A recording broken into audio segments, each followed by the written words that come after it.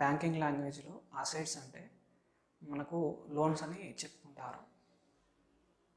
Non performing assets అంటే మొండి బాకీలు, అంటే ఎవరైతే లోన్స్ తీసుకొని మళ్ళీ బ్యాంక్కి చెల్లించకపోయినట్లయితే వాటిని మనం నాన్ పర్ఫార్మింగ్ అసెట్స్ అని అంటాం. ఈ నాన్ పర్ఫార్మింగ్ అసెట్స్ అనేవి ఇండియాలో ఎక్కడి నుంచి ఫామ్ అయినాయో మనం ఫస్ట్ అయితే చూద్దాం. 2007లో మనకు గ్లోబల్ ఫైనాన్షియల్ క్రైసిస్ అనేది వచ్చింది. ఈ గ్లోబల్ ఫైనాన్షియల్ క్రైసిస్ అనేది యుఎస్లో మేజర్గా జరిగింది. అక్కడ ఉన్న బ్యాంక్స్ ఏవైతే ఉన్నాయో ఫెయిల్ అయిపోయాయి. అక్కడి యుఎస్ గవర్నమెంట్ ఏదైతే ఉందో ఆ బ్యాంక్స్కి అయితే ఫైనాన్షియల్ సపోర్ట్ అనేది ప్రొవైడ్ చేశాయి. మిగతా కంట్రీస్ ఏవైతే ఉన్నాయో చాలా వరకు లాస్ అనేది చవి చూసేవి. సో మన ఇండియాలో మాత్రం మన బ్యాంకింగ్ సెక్టర్ అనేది చాలా స్ట్రాంగ్గా ఉంది. ఎందుకంటే ఆర్బీఐ ఇచ్చిన గైడ్లైన్స్ని మన బ్యాంక్స్ చాలా వరకు పాటించాయి. ఆర్బీఐ తీసుకున్న రూల్స్ అండ్ రెగ్యులేషన్స్ ఏవైతే ఉన్నాయో మన వరకు వచ్చేసరికి ఈ గ్లోబల్ ఫైనాన్షియల్ క్రైసిస్ అనేది లాస్ అనేది జరగలేదు. 2007లో ఏమైందంటే మన ఇండియన్ గవర్నమెంట్ మేజర్గా ఇన్ఫ్రాస్ట్రక్చర్ మీద ఇన్వెస్ట్మెంట్ అయితే చేసింది. సో ఆ ఇన్వెస్ట్మెంట్ ఏదైతే ఉందో దానికి మేజర్ సోర్స్ మాత్రం ఈ బ్యాంక్ సెక్టార్ అనే చెప్పుకోవాలి. అక్కడ నుంచి హ్యూజ్ క్యాపిటల్ అనేది గవర్నమెంట్ అయితే తీసుకొచ్చుకుంది. సో క్యాపిటల్ పెట్టింది కానీ గవర్నమెంట్ అక్కడ ఏమి జరిగిందంటే మన ఇండియాలో అప్పుడున్న కండిషన్స్ ప్రకారం ఎన్విరాన్మెంటల్ కండిషన్స్ కానివ్వండి, అలాగే ల్యాండ్ అక్వజిషన్ అంటే ల్యాండ్ ఏదైతే ఉందో వాటిని సేకరించలేక ఇన్ఫ్రాస్ట్రక్చర్ ప్రాజెక్ట్ అనేది డిలే అవుతూ వచ్చింది.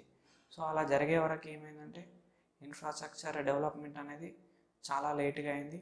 సో అప్పుడు ఏం జరిగిందంటే ఈ బ్యాంక్స్ అనేటివి చాలా వరకు ఈ క్యాపిటల్ ఏదైతే గవర్నమెంట్కి ఇచ్చిందో దాన్ని రిటర్న్ బ్యాక్ తెచ్చుకోలేక నష్టాల్లోకి వెళ్ళిపోయింది.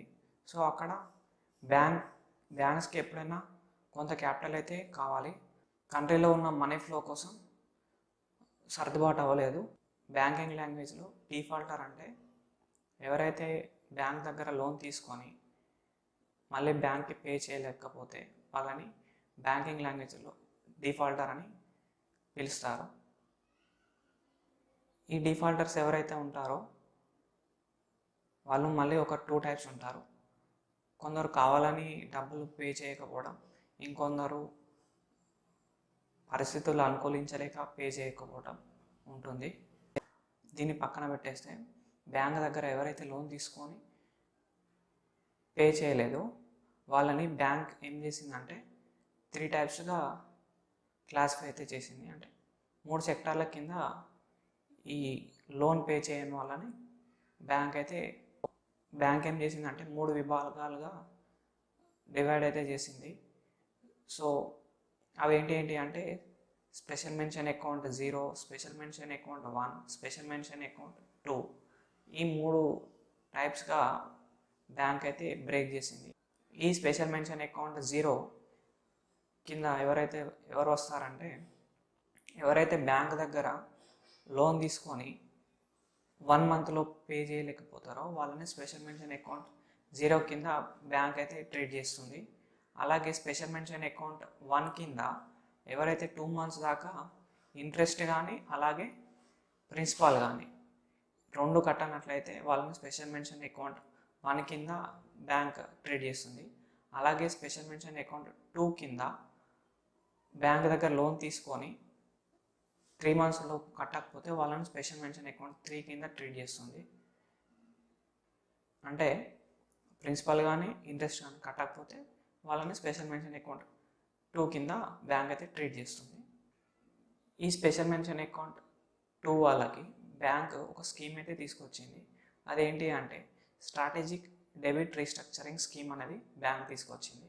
సో ఈ స్కీమ్ ద్వారా బ్యాంక్ ఏం చేస్తుందంటే ఒక ప్రణాళిక రచించి ఏదైతే లోన్ ఉందో దాన్ని వసూలు చేయడానికి బ్యాంక్ ఈ స్కీమ్ని అయితే తీసుకొచ్చింది. స్టిల్ మనం నాన్ పర్ఫార్మింగ్ అసెట్స్ ఇంకా డీల్ చేయలేదు. ఈ స్పెషల్ మెన్షన్ అకౌంట్ 2 దాటిన తర్వాత, అంటే ఎవరైతే డిఫాల్టర్స్ అంటే మనీ పే బ్యాక్ చేయని వాళ్ళు 90 days దాటిన తర్వాత కూడా ఇంట్రెస్ట్ కానీ అలాగే ప్రిన్సిపల్ కానీ బ్యాంక్ పే చేయలేదు, వాళ్ళని నాన్ పర్ఫార్మింగ్ అసెట్స్ కింద ట్రీట్ చేస్తారు. సో ఆ అకౌంట్ హోల్డర్స్ ఎవరైతే ఉన్నారో వాళ్ళు తీసుకున్న లోన్ని నాన్ పర్ఫార్మింగ్ అసెట్స్ కింద బ్యాంక్ ట్రీట్ చేస్తుంది. 90 days దాటితే వాళ్ళని నాన్ పర్ఫార్మింగ్ అసెట్స్ కింద బ్యాంక్ అయితే ట్రీట్ చేస్తుంది. మళ్ళీ బ్యాంక్ ఏం చేసిందంటే ఈ నాన్ పర్ఫార్మింగ్ అసెట్స్ ఏవైతే ఉన్నాయో మళ్ళీ వాటిని 3 types కింద అయితే డివైడ్ చేసింది.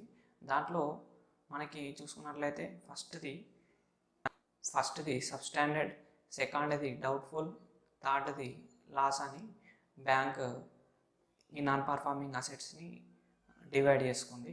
ఈ సబ్స్టాండర్డ్ నాన్ పర్ఫార్మింగ్ అసెట్స్లో ఎవరైతే 90 days దాటి ఇంట్రెస్ట్ కానీ అలాగే ప్రిన్సిపల్ కానీ పే చేయకుండా అలాగే 1 year దాకా పే చేయలేదో వీళ్ళని సబ్స్టాండర్డ్ నాన్ పర్ఫార్మింగ్ అసెట్స్ కింద బ్యాంక్ ట్రీట్ చేసింది. అంటే నాన్ పర్ఫార్మింగ్ అసెట్ అయిన తర్వాత 1 year వరకు ఎవరైతే పే చేయలేదో వాళ్ళని ఈ సబ్స్టాండర్డ్ నాన్ పర్ఫార్మింగ్ అసెట్స్ కింద బ్యాంక్ అయితే ట్రీట్ చేస్తుంది. సో నెక్స్ట్ది డౌట్ఫుల్ నాన్ పర్ఫార్మింగ్ అసెట్. ఈ డౌట్ఫుల్ నాన్ పర్ఫార్మింగ్ అసెట్ ఏంటి అంటే సబ్స్టాండర్డ్ నాన్ పర్ఫార్మింగ్ అసెట్ అయి 3 years లోపు ఆ డిఫాల్టర్ ఎవరైతే ఉన్నారో ఇంట్రెస్ట్ కానీ అలాగే ప్రిన్సిపల్ కానీ పే చేయలేదో బ్యాంక్ వాళ్ళని doubtful non performing asset account holder కింద ట్రీట్ చేస్తుంది. నెక్స్ట్ ఏంటి అంటే లాస్. బ్యాంక్ ఎప్పుడైతే ఈ నాన్ పర్ఫార్మింగ్ అసెట్ ఇక తిరిగి రాదు అని రికగ్నైజ్ చేస్తుందో అప్పుడు దాన్ని లాస్ నాన్ పర్ఫార్మింగ్ అసెట్ అని మనం అనుకుంటాం. సో దీనికైతే పర్టికులర్గా టైం పీరియడ్ అనేది సెట్ చేయలేదు ఆర్బీఐ. సో ఇది నాన్ పర్ఫార్మింగ్ అసెట్స్ గురించి. ఈ నాన్ పర్ఫార్మింగ్ అసెట్స్ మనకి గ్లోబల్ ఫైనాన్షియల్ క్రైసిస్ తర్వాత దీని ఇంటెన్సిటీ ఎక్కువై దాదాపు ఇది 6 నుంచి 10 lakh crore వరకు ఈ నాన్ పర్ఫార్మింగ్ అసెట్స్ అనేవి మనకి ఇండియాలో హ్యూజ్ నాన్ పర్ఫార్మింగ్ అసెట్స్ అనేవి మిగిలాయి. సో తర్వాత మళ్ళీ ఆర్బీఐ ఏం చేసిందంటే 2016లో ఆర్బీఐ బ్యాంక్స్కి ఒక కొత్త స్కీమ్ అయితే తీసుకొచ్చింది. అదేంటి అంటే అసెట్ క్వాలిటీ రివ్యూ. బ్యాంక్స్ దగ్గర అసెట్స్ ఏవైతే ఉన్నాయో అంటే అసెట్స్ అంటే లోన్స్ ఏవైతే ఉన్నాయో వాటిని రివ్యూ చేయమని బ్యాంక్స్కి ఆర్బీఐ ఒక కొత్త గైడ్లైన్స్ అయితే తీసుకొచ్చింది. ఎందుకంటే ఈ నాన్ పర్ఫార్మింగ్ అసెట్స్ ఏవైతే ఉన్నాయో వీటిని రెడ్యూస్ చేయడానికి ఈ స్కీమ్ అయితే ఆర్బీఐ బ్యాంక్స్కి అయితే తీసుకొచ్చింది. దీన్ని AQR అని అంటారు, అసెట్ క్వాలిటీ రివ్యూ. సో ఇది మేజర్గా మనకి నాన్ పర్ఫార్మింగ్ అసెట్స్ గురించి.